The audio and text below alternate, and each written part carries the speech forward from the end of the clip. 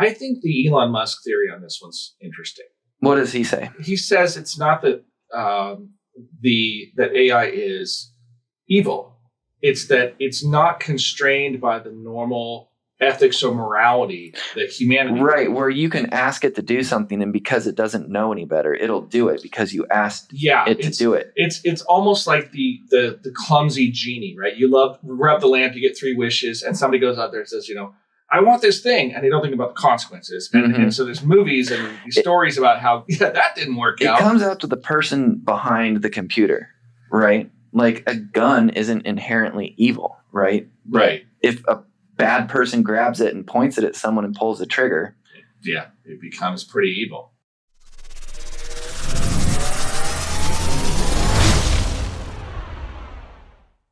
All right, we got the cool jams going on here. Welcome to the True Wealth Show on this, the greatest Tuesday you've had all week. And I'm your host, Dave Littlejohn. We're excited to be here in studio with me today. Matt Dixon. Matt. Yes. We got unusual music, but it's getting us in the flow. I'm feeling it. Well, it's probably appropriate. A little bit of a mix-up, a little change here, because part of the theme of the show today is how things are changing. Mm-hmm. Right? If you are just joining us, the True Wealth Show, we cover all kinds of stuff. Reminder that it's True Wealth. Money's how you trade your time. True Wealth is the stuff that really matters. We talk about finance on this show, but we also talk about other stuff. And today we got to thinking, and believe it or not, as a proof of concept, we did a lot of the prep work for this show using artificial intelligence. Right, we did. Now, Matt, for our listeners, there were a couple things. One, this came up in our investment committee this morning. Can you talk a little bit about just thematically why we were talking about AI and what that means? Yeah, we were just taking a look at how is AI shifting the marketplace, right? We already know that the major indexes are pretty tech heavy. They've grown a lot in the last 5 to 6 years. And we were just kind of taking a look at what is AI going to do to the markets moving forward. What companies might be benefiting from this push into integrating AI across a lot of different platforms. So we were kind of just breaking it down and looking to see where are the next opportunities. Yeah. And then, so I'm going to add a little bit more to this too. There were a number of things that were sort of interesting to me. We were talking about how there'd been a lot of inflation, how expensive life has been, and how a lot of companies are starting to look at layoffs. Right. Like PayPal today, they laid off 9 to 10% of their entire workforce. Right. So with that as a backdrop, you think, wait a second. And my first comment, which is pretty mercenary and non-humanistic, if you will, was like, oh, so the stock price is probably going to go up. Mm-hmm. Right. And it's like, wait a second, that's pretty cold. But it did sort of kick off a conversation about how economic models have been evolving for the last few decades. And in particular, one of the things that was interesting. So as just a random aside, somebody was pointing out to me that the U.S. still has, if not the highest, some of the highest manufacturing capacity in the world. Wow. Right? And people think, well, that can't be. Like, look at Detroit and our auto industry and so forth. And I say, well, wait. Look at the automation that's occurred. Now, this is important to the backdrop of why artificial intelligence is really interesting. See, automation costs jobs, mm-hmm. right? In terms of what the humans were doing are now being done by robots and computers. However, automation increases productivity per person. Right, it does. A single person can do more with these powerful tools. So it does really kind of beg a number of questions. One of them is artificial intelligence is very disruptive. So when something is disrupted, what takes place afterwards, right? And there's a little bit of a how does the narrative get framed? Because, right, is the U.S. auto industry on the ropes? The issue I think that the automakers are dealing with is they're having to sell their vehicles at a really, really high price point. You look at Dodge, for example, mm-hmm. they've never sold this few pickup trucks in the last 20 years. Mm-hmm. They can't sell pickups because they're all $86,000, $90,000 and the buyer isn't showing up. So I think that the automotive industry is starting to feel a pain point where they've priced out a lot of people from buying a new vehicle. Right. I love the way you just answered this too, by the way, because notice, and this is not me putting Matt on the spot here. It's me putting all of our listeners on the spot, and myself included. I asked the question, is the automotive industry on the ropes?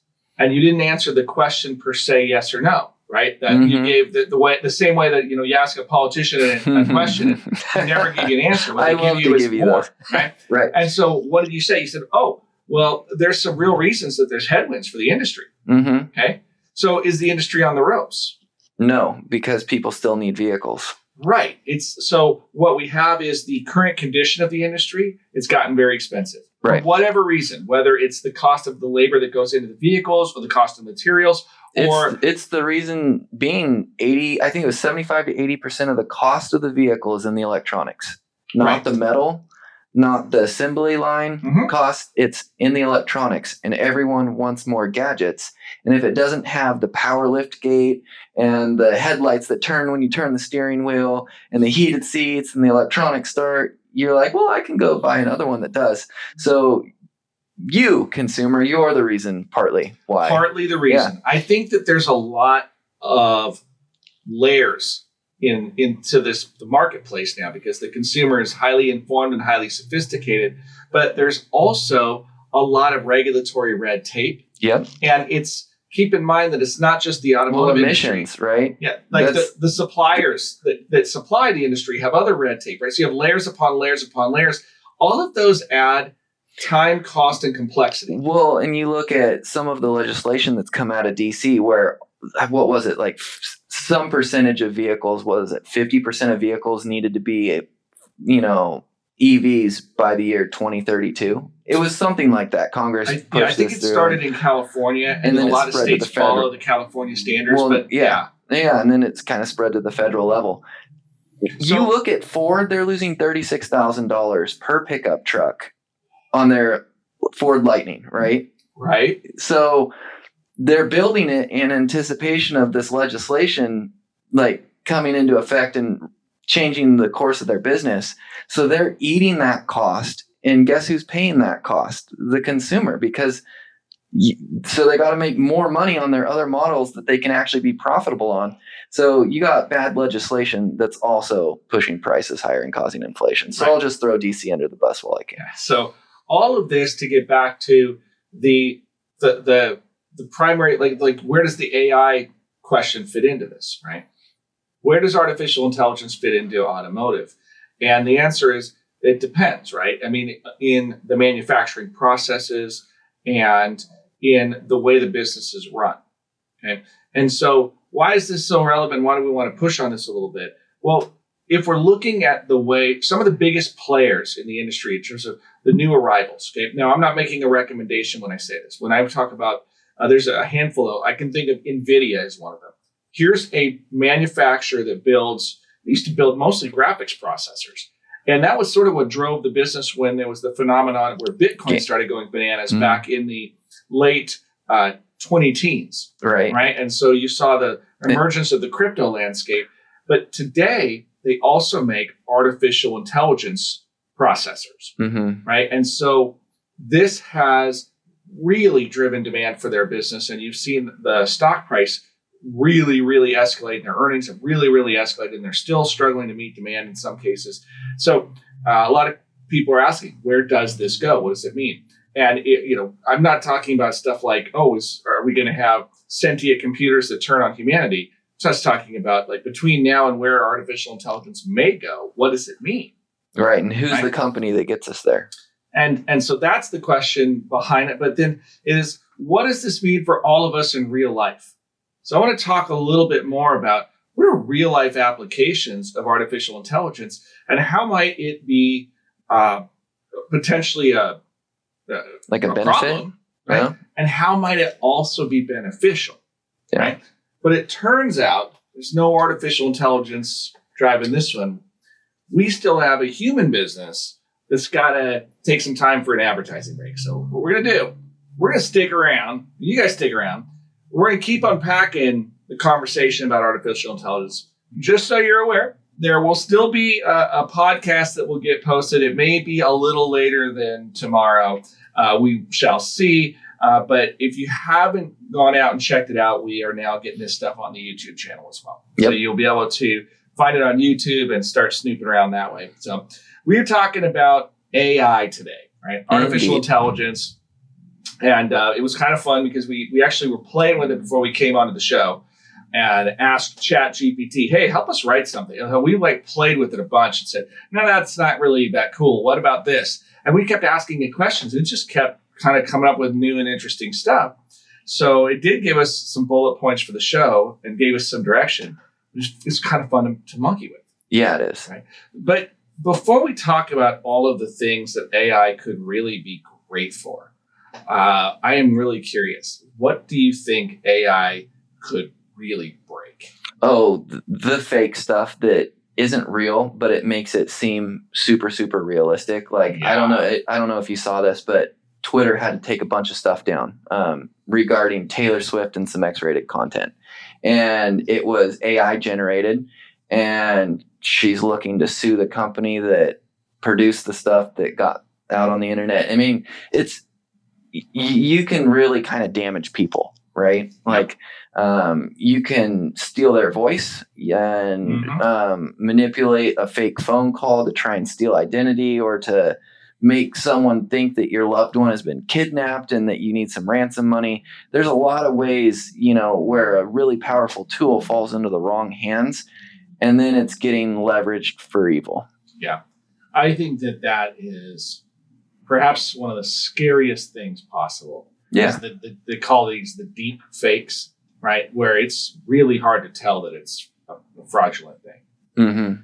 I don't know how that gets handled ultimately, other than to suggest that maybe I know there's some discussion around the regulation of AI, and I think that there's some needed elements to this, right? Because as much as I've said before, I don't think that I'm a 100% free market capitalist. Hang on before you misquote me on that one and try to take it out of context.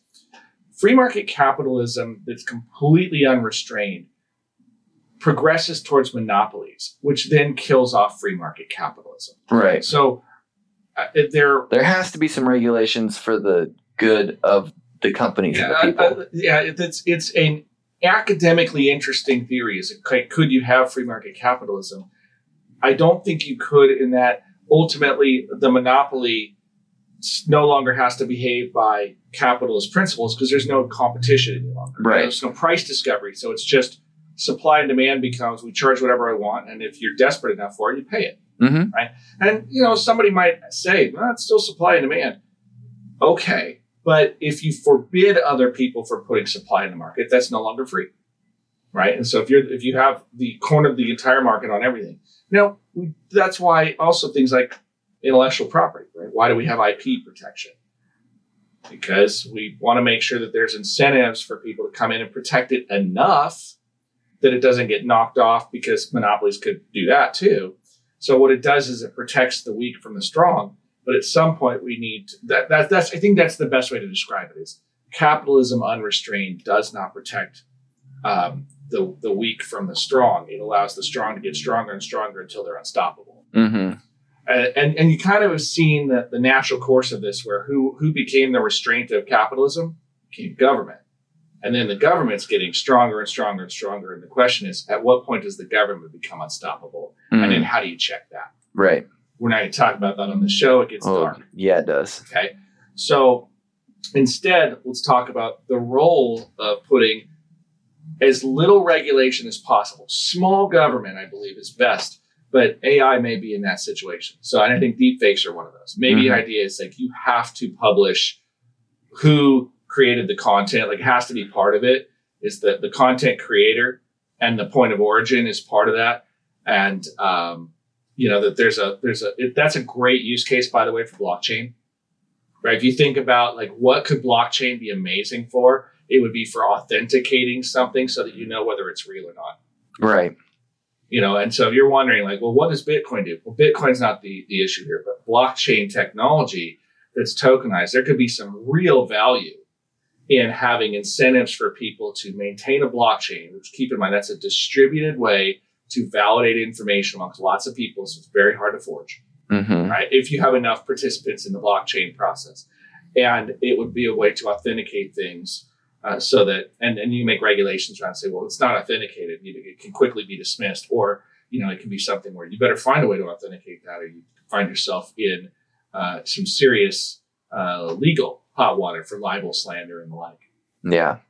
It'll be interesting to see in the coming years how much more we see that tool of blockchain utilized to verify stuff. Yeah. I'm really I'm not anticipating, because I'm really interested, I should say, in how it evolves, because I think the use case for cryptography is really good. Especially like the banking system and, moving money around. Yeah. Title, escrow, that kind of stuff. Yeah. Really good way to secure things if you are going to try to work in a digital ecosystem. Right. Right. I mean, it's fun. Like actual signed documents in vaults, pretty secure. Hard to forge those. I mean, not saying it never happens, but it's pretty secure. But anyway, so yeah, deepfakes. What are some other things that we think might be potentially dangerous? Everyone talks about like the computer trying to overtake humanity, but I don't know that I buy that one, right? Where the computer actually becomes kind of evil in a sense. Sentient evil. Yeah, that's one that everyone talks about, and I'll throw it out there, but I'm not really subscribing to that one. I think the Elon Musk theory on this one's interesting. What does he say? He says it's not that that AI is evil.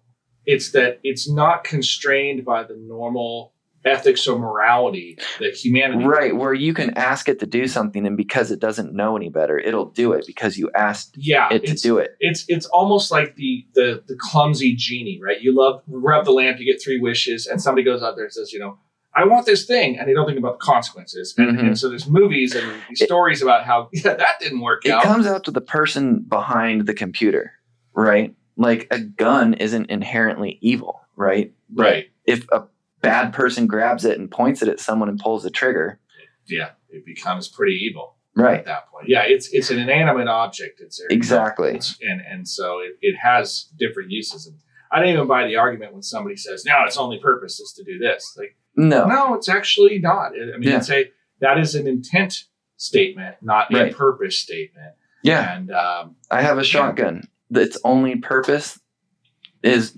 breaking clay birds. It was designed to do one thing. Yeah. That's all it's good for. It shoots one shot. Yep. Is that gun evil? I mean, like, is it dangerous? Sure. But is it evil? No. Yeah, it's just there. Yeah. Right? Is a hammer evil or a table saw? They hurt people. Right. So, I mean, look at the person, was it China or Japan, that went on a killing spree and they killed like over 100 people with a knife. It was a knifing spree. I think that, a tire iron is dangerous in the wrong hands. Right. So that's not the but again, we're off topic. We're going into the weeds. Yep.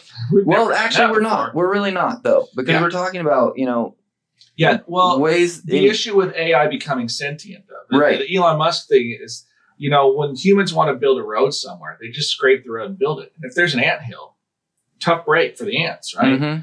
They don't consider that significantly. Now, there are some environmental protection rules, and so it's not completely without notice, but largely there's a lot of things that are just going to be removed from the path. And AI is much more of that thinking is, oh, well, you've given me instructions for an outcome. I'm not really concerned with the ramifications of what that outcome might spin off right now, so I'm just going to do it. And if that means humans are in the way, I will get them out of the way and do it. So there is one of the issues. And so I think, again, the regulation around what are the things constrained by? And there's movies about this stuff too. It's fun. So we're not the first people to think about these questions. I think, you asked how is AI dangerous? I think one of my biggest concerns, growing up, when there was a problem, you had to figure out ways to solve it. Like, you had to do it, right? Like, you go to an encyclopedia, you find the information, you write the paper, you're using words and thoughts and putting that out there. You're creating art. Mm-hmm. Like you're painting, you're picking up a paintbrush. AI can now create digital images. AI can write your paper. You can ask it the math question. You don't really know how to solve it, but you're trusting that the computer did it right. Mm-hmm. As we migrate further and further away from competence, we keep trusting AI to be competent until it's leveraged by a bigger evil source like big government or some type of entity that wants to manipulate it. And then everyone believes it because it's been true for 20 or 30 years. And now all it does is feed lies to you. You're going to believe it and not know any better because you've never had to think. So I look at our kids and these young generations and I'm like, man, I feel for you, because how are you going to navigate truth from lies moving forward? Yeah. I will just kind of pile on to that very concern is that, it was said once, why do we write? It's because it trains you to think, right? You have to organize your thoughts to put things out there. If everything else does all of the work for you, then what does that do to critical thinking? It's gone. That's my my concern. And the concern too is that for a long time, the joke is if it's on the internet, it must be true. Mm-hmm. I think the challenge, and AI has not yet figured out how it addresses this, is what happens when it says something that sounds credible but is false, right? Exactly. How are you going to tell truth from lies? Thing, but it's not just somebody impersonating; it's getting bad information. Right. You can get bad information, and that's real. Like my kids actually, for a while, because I'm a questionable parent, believed that a wombat actually can start forest fires with telepathy. Okay. Because it was on the internet. And I'm not going to say who put it there, but it was on the internet. Okay. Yeah. And so, this impressionable children who today think it's hilarious to tell the story, and as this inside joke that baby wombats are the most dangerous because they have the least control over their telepathy. Right. And baby wombats start forest fires a lot. So every summer it's like, careful with your wombats. Yeah. Right. Here's a bigger concern I have too. You look at social media and the algorithms that are running behind the scenes. Trust me, like you spend any time on there, it knows who you are. It knows what you like, what you think about, what your interests are. And it is going to feed you content catered to what it is that you believe, what it is that you think, and what it is that you want to see. Oh, well, and that's not even AI in the traditional sense, but these algorithms, they have got your number. Right. These advertising algorithms are really dialed. Yeah. And so imagine adding some complex AI to these algorithms. What is it going to start producing to where you're just so hooked that you can't get away from it? Oh. So I question, are we going to have to basically boycott technology at a certain point because it's just going to consume every piece of you? I don't know the answer to that. Thanks for that troubling question. You're welcome. Right. I do know that, the algorithms, they've got your number. The concern would be, could you use those algorithms to manipulate behaviors? Absolutely. Right? It's already happening. That's the thing. It's happening right now. And that's conspiratorial theories that it's being weaponized already. So, we're talking about AI. We're talking about the algorithms that are running on social media. Okay. And how technology is working daily to just work its way deeper and deeper into you, right? It wants to know your thoughts. It wants to give you the stuff that you want to see. And remember, this whole thing, correct me if I'm mistaken, but the whole thought process of most of these algos is, how do we keep your attention for longer, yep, and then ultimately expose you to advertising messages, because that's how we fund this whole gig. Advertising messages, there's a plethora. They want to separate you from your money. Yep. And so they're going to study you to figure out how to do this. Well, I hit a breaking point with it. Okay. I did. And I looked at screen time on my phone, and I'm like, I had a self-awareness moment where I'm like, you know what? They've got me, right? Like they get my money because they know how to advertise to me. They've got my eyeballs, and I spend too much time looking at this phone. I can be home, the kids playing. What am I doing? I'm looking at my phone. There's so many times where I'm glued to it. It makes me not as productive. It's not good. It's not healthy to spend that much time The on your phone. solution is to get a tablet. No. Then the screen's bigger. No. you think? No. This is where you go cross-eyed. So I'm going to ditch the iPhone and I'm going to a phone called Techless. That's actually the name of the company. Okay. The phone has a very, very small set of things that it does. You can call, you can text, you can take pictures. It has a great camera, and you can navigate. It has a GPS. It gives you turn-by-turn directions on where you want to go. Mm-hmm. And I think that's it. Oh, a calculator. It has a calculator. Okay. And that's it. I'm out. No, I'm making the switch. I'm done. So I will tell you that I had this moment about 4 years ago, and it was that social media had sucked my life away. Mm-hmm. And I took all of the apps off my phone. I've done it like 3 or 4 times, but I just re-download them. Oh, so I don't, right? But this is a different thing, right? Right. This is one of my suggestions for anybody that wants to break a habit is to kind of commit to this is like the idea of when you have to buy something. Okay, this is when you really have to look at yourself in a self-discipline way. Like, it's hard to stop doing something that's always available to you, right? Like if you twirl your hair or bite your fingernails or something, like you could do something that's subconscious at that point. But when you start having to enter passwords or you start having to do other codes in order to do things, and it's sort of like smoking. It's really miserable to quit, but you walking in somewhere and buying the cigarettes, like what you're saying is the misery is high enough that I'm going to throw in the towel and do this. I'm not saying anything about how hard addiction is. What I'm saying is if you can commit to the idea that with my device, so what I had to do was I got a new device.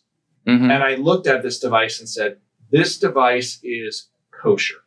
Yeah. Silly thing, right? But it's the idea that it's more sacred. It has to be defended. And nothing's ever been on it before. Right. Mm-hmm. And so that was the methodology that it took for me. Now, everybody's got their different wiring. If you are not wired that way, it's not going to work for you. But that's what I had to do. And so it doesn't mean I can't ever see social media. It actually doesn't, because you can access it through the internet. But it was such a pain in the rear that the only time that was ever useful to me is I use the internet to get research points, right? Meaning data points. Like I'll actually look something up and access for that. But it did cut my phone use time down a lot. Yeah. Now, what has caught back up to me is YouTube has figured me out. So pretty soon I'm going to have to just rebel against that and go, nope, now I just can't even look at it because it hurts my eyes. Yeah. So, yeah. Well, that doesn't make me cross-eyed. No? No, it really doesn't. I think that the disadvantage is what happens when you need to access information. Mm-hmm. Because the beauty of the internet is that there is a lot of information if you know how to get to it properly. It's just, it is a real temptation. Yeah, I mean, it's always there. It's always wanting to steal your time. And I just want my time back. And I know that I won't do it unless I make a change. Yeah. Well, I actually applaud you for it. I think that it's a bold move and it's important to know oneself. Yeah. And that's a biggie. You know, people ask me all the time, like, about sports and stuff like that. I watch very little TV. Right. I'll watch, like, the occasional episode of Forged in Fire because I think it'd be cool to be a blacksmith. That's about it. Right. And why do I have that? For other reasons, because we got Disney Plus for free. So I can access it. Whatever. But I just don't watch a ton of stuff.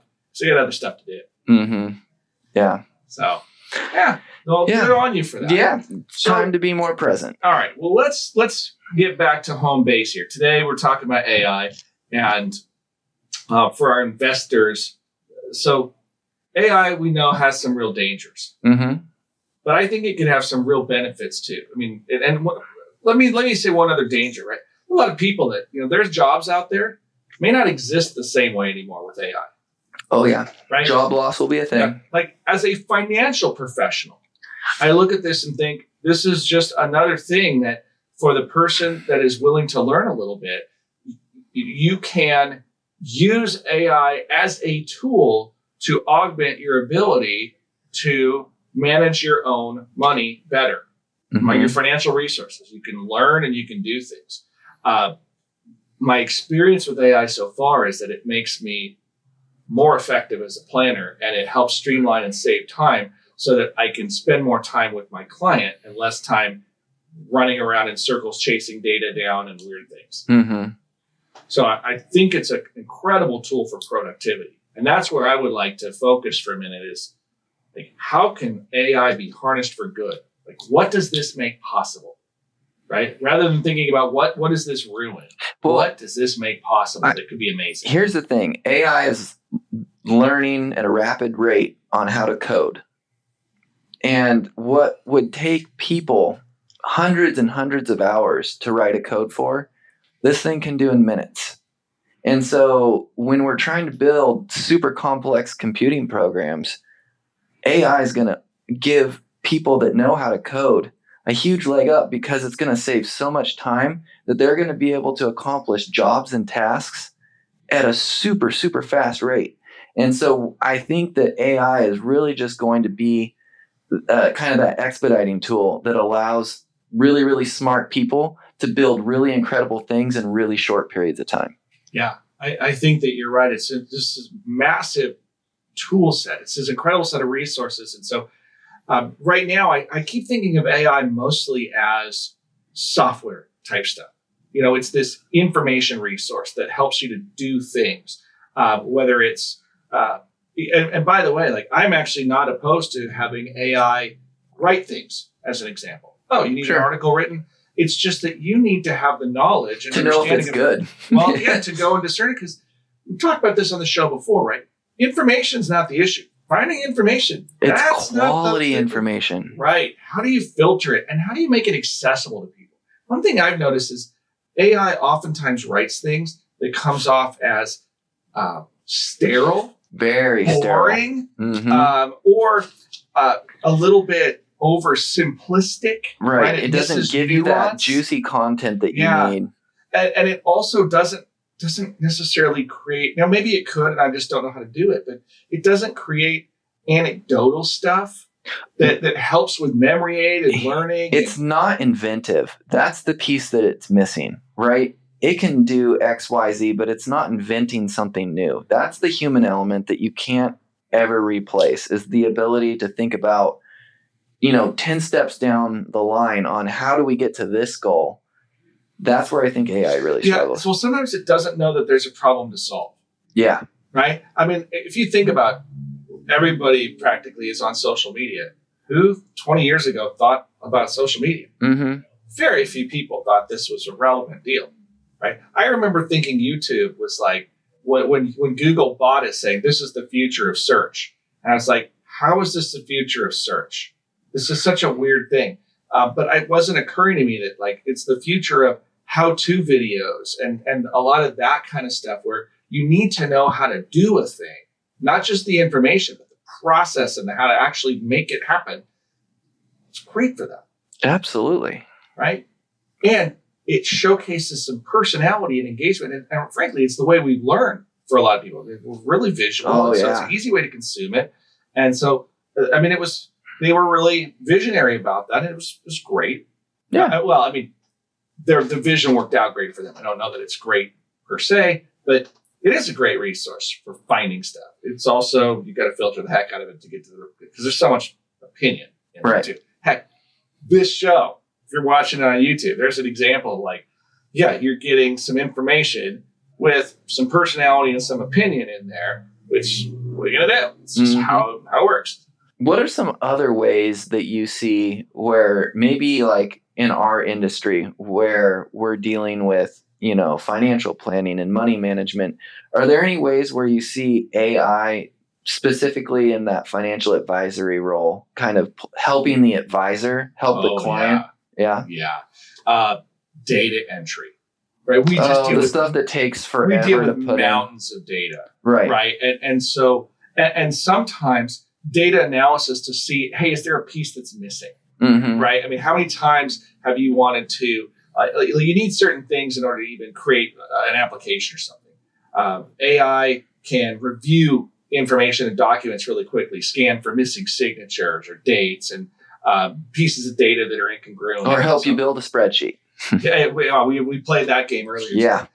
So I think it could be huge with data entry. I think client onboarding might be a big piece, right? Where you're trying to get people's accounts open and stuff like that.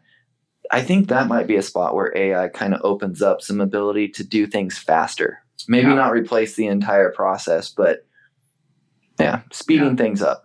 Yes. And so I think that there are a lot of ways that it can make the gathering of data more organic. We have some technology that we've reviewed that will do things like it will read through your estate documents. It can look at your will or your trust, and it can parse out of it who are all the key players involved. So, you need to know who your trustee and your beneficiaries are, and you need to know who, what's your advance directive say, when were all the critical dates, and you can figure that stuff out and show you how it's mapped. Speaking along those lines and going back to your previous comment about data entry, this ability to just take a picture of a file and then have it autofill the fields with the information that it recognized, that's a big time saver. I mean, we have a software now that's available to us where it can scan a tax return, and then it can do projections for future years and make recommendations about how to modify your financial behaviors to optimize your taxes. Right. I mean, that's at our disposal. It's just amazing. And the issue is that there's so many different parts of the system that need to get pulled together. Right. All right. So I'm realizing we're running a little long. Remind me, we're going to talk a little bit about the use case that we just demoed of doing a specific financial plan. There's something called a Roth conversion, and how AI helped take multiple data points in that were non-intuitive, but needed to be part of that conversation. And it made it super fast where it could have been hours previously. And when I think, how is it it's a bad thing when it's faking information and it's misleading people. If you have a job that is replaced by AI, that can be concerning because you have to figure out, what then am I going to pivot to where the AI, where I can be a driver of the AI rather than replaced by it. Okay. So it may force us to sort of upgrade our skill set. And then we talk about how AI could be dangerous because it could prevent us from upgrading our skill set because it's doing all the thinking for us. Right. So Matt, we just kind of went through this. Can you give me an example of where AI was useful in your role as financial advisor? I mean, how I've used it personally? Sure. I mean, today, right? Like we were able to use AI to give us some bullet points on a topic that we wanted to talk about, and it did it really, really quickly. So it was useful for gathering some information on a few different points. It helps to, say I write a paper or an article. I can put it in and have it check for grammar errors, reword some sentences, so it can help polish writing. That's another use. Today, we used it to help figure out numbers for a Roth conversion, surprisingly. Yeah, and that was pretty cool. Yeah, that blew us away, I think. And just so everybody listening understands, Roth conversion is kind of weird, right? Roth IRAs, if you're unfamiliar with them, are vehicles that are the retirement accounts that use after-tax money that then gets to grow tax deferred, and provided that it meets the qualifications, when money is taken out in retirement, it will be tax-free. Right. Very, very useful planning instrument because tax-free money in retirement is kind of the best kind of money, right? Well, it just gives you so many more opportunities. If you need that money. Planning tool, the ability to access money without having it create. Because remember, taxes are progressive. Income taxes, the more you make, the more you pay. So having a bucket of money that doesn't charge you more tax penalty is nice. Yeah. There are scenarios where you may be in a lower tax bracket today than you will be in the future, and you have money in some kind of retirement plan, and there are ways to convert it from a traditional tax-deferred pre-tax account into an after-tax Roth account, and there are tax ramifications to it. But if you're in a lower tax bracket, you may intentionally choose to convert to pay lower taxes Right. today, save on higher taxes later. We were able to use AI to help us to sort of maximize specific tax brackets and then spread that out over time. And it was a test case, just so you know, because we would still go back and do all the math to make sure it works and run it through our other systems. But as a proof of concept, we were able to ask it questions, and it struggled at first, but as we were able to clarify the questions, it was actually able to answer it for us. Right. And then we were able to say things like, hey, can you make a spreadsheet for us where we can input our own variables and do this calculation? And it did. Right, because it's not super useful if it's a once-off thing, but if you can then say, okay, given what you were just able to do, now write the program so I can repeat it. Yeah, and so we were able to start layering more complex variables in, because in this particular instance, it was a scenario where, oh, well, this person could take Social Security now, or they could take Social Security later, and they'd be different amounts, and it would impact how much one should convert. Mm-hmm. And we were able to give it different scenarios and then compare and contrast them and optimize. So pretty slick stuff. Absolutely. Yeah. And that was a moment where the AI itself, it didn't know what to do, because it's like, there isn't a right or wrong answer to this. What do you want? Right? And that's the key. Sometimes there's not a yes or a no answer, but AI can help you do iterative processing so that you can then self-optimize. What is it you want? I don't know. Because at the end of the day, it was still the human that had to have the knowledge in order to be able to put in the right stuff in order to get the answer. Exactly. Here's a fun one for you. Think of it this way. I go to the fridge, I got a bunch of ingredients, but I don't know what I want for dinner. I tell AI all the ingredients and say, what are all the things I could do with this? And it gives you a bunch of options, and now you can choose from that, right? It helped you. It didn't do it, and it didn't tell you what to do. It helped you make a better decision. Right. And I think AI can be super useful when used in those ways. Leveraging it for good instead of evil. So anyway, we're going to continue to explore how we can provide more value to our customer base using artificial intelligence where appropriate, and discerning when it's completely out to lunch and we can't use it. Yeah. So, David, what happens if someone wants kind of what you're talking about, a look at Social Security, and maybe a Roth conversion, if that's applicable or not? What do? Well, I think the first thing is just reach out, right? So don't just go blasting it on. Yeah, if there's some information you want to keep confidential, but right. In this scenario, give us a call, 541-375-0898. We would be happy to help you with these decisions and get you going in the right direction. So, but I hear the music, so I guess we're out of time, Matt. So Until next time, I'm Dave Littlejohn. And Matt Dixon. You've been listening to True Wealth on News Radio 93.9 FM and 1240 KQEN.